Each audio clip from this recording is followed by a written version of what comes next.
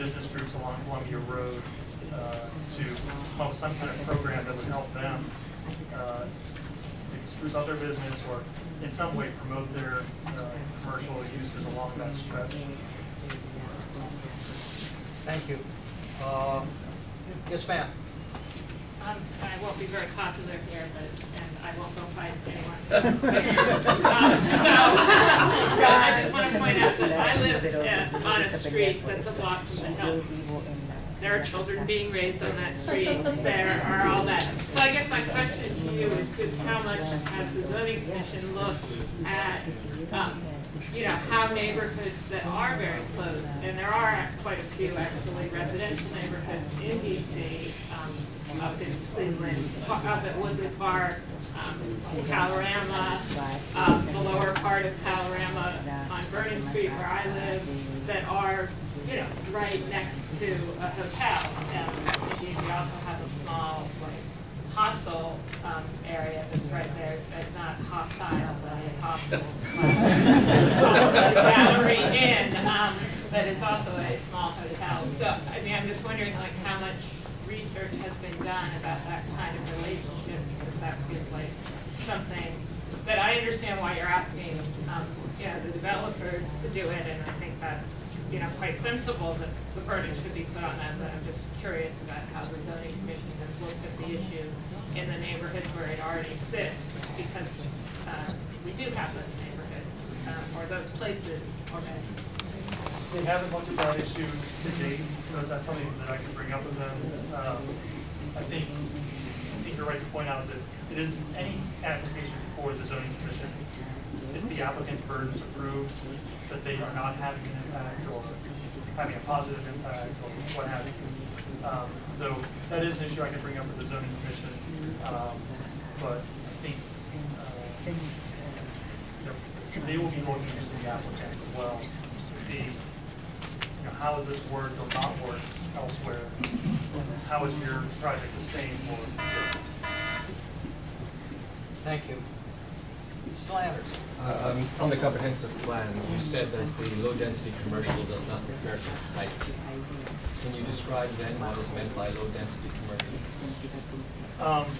I believe actually it does. If you look on your handout with the stripes, the low-density commercial actually talks about 1 to 3 story commercial buildings. So low density is 1 to 3 stories.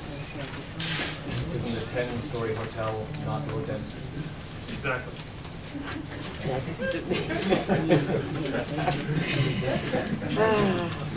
We're only going to do one round. Okay, Ms. Barton.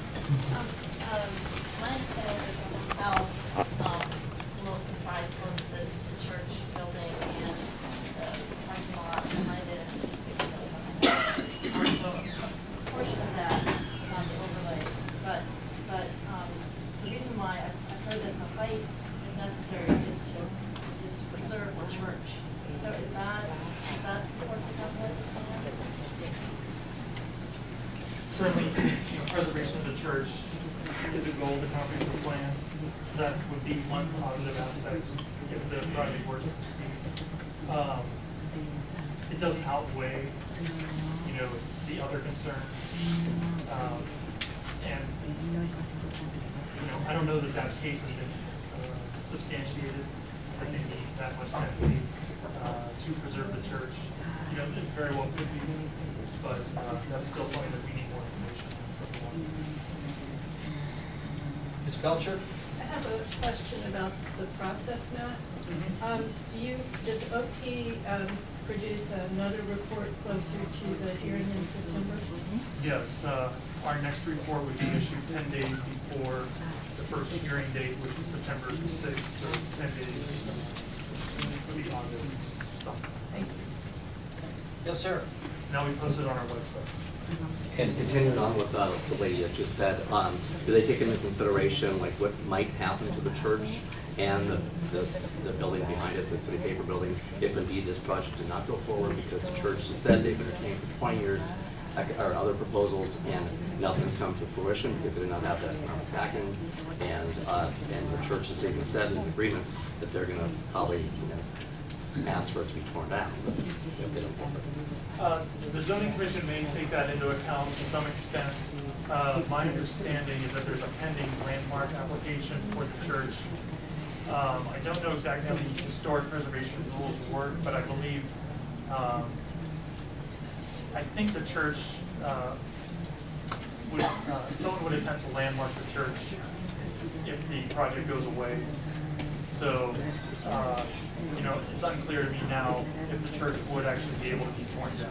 Well, and then what would happen to the church? I mean, if they do landmark status, I mean, is it just a museum? That's an economic factor. Yes, it is. We can't really tell the property owner how to use it, though. So, It's a huge consideration. sorry. I think it's a huge consideration. I'll bring it up to the commission. And you will have a chance, again, there's 2 meetings that have been scheduled for this, September 6th and September 13th. Any more questions from the audience? Mr. Jackson, Commissioner Jackson. I want to know what is the status of the Office of Planning. I think, what is their opinion, or are they involved in this to the point where they can give us their position on this idea of a hotel?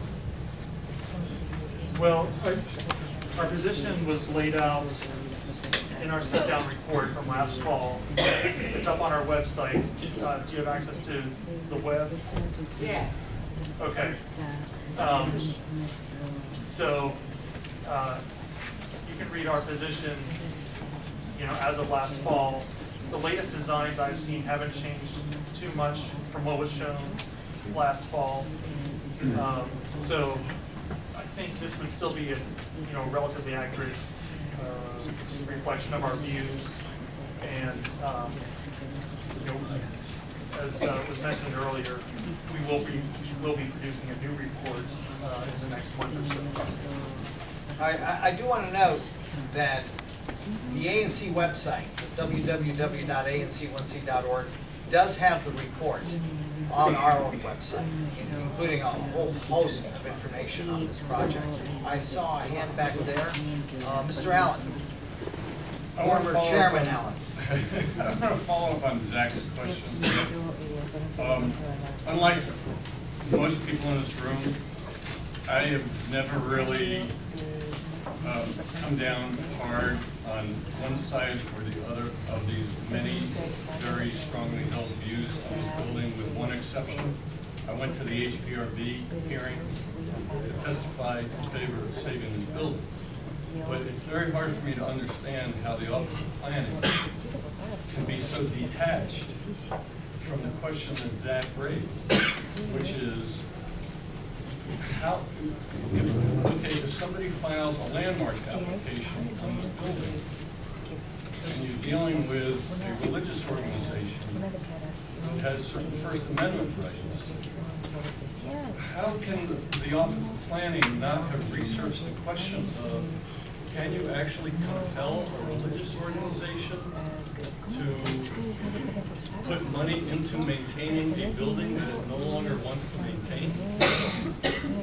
And how can you go to the zoning commission not having an answer to that question? Well, as I stated to the gentleman, we will bring that issue up to the zoning commission. Now, I'm asking you, how can you not have already researched that question now? I'm sure the historic preservation folks on that side of our office would have a great answer for you.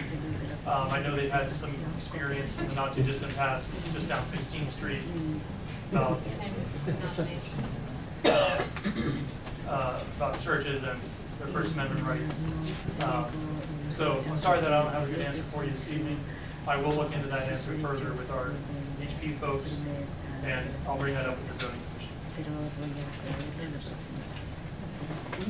Wouldn't the hotel, the way it is proposed to be a moderate density building, not a high density building, and doesn't that fall into the category? What is the moderate density? Moderate density tends to be a lower height than what's being proposed. Moderate density, if you look at these white orange areas around this kind of part of the city and up into Petworth, these tend to be your row house neighborhoods, and that's what's typical of moderate density. Now, moderate density can also include some taller buildings in older areas of the city. But generally speaking, 9 to 10 stories would not be considered moderate density.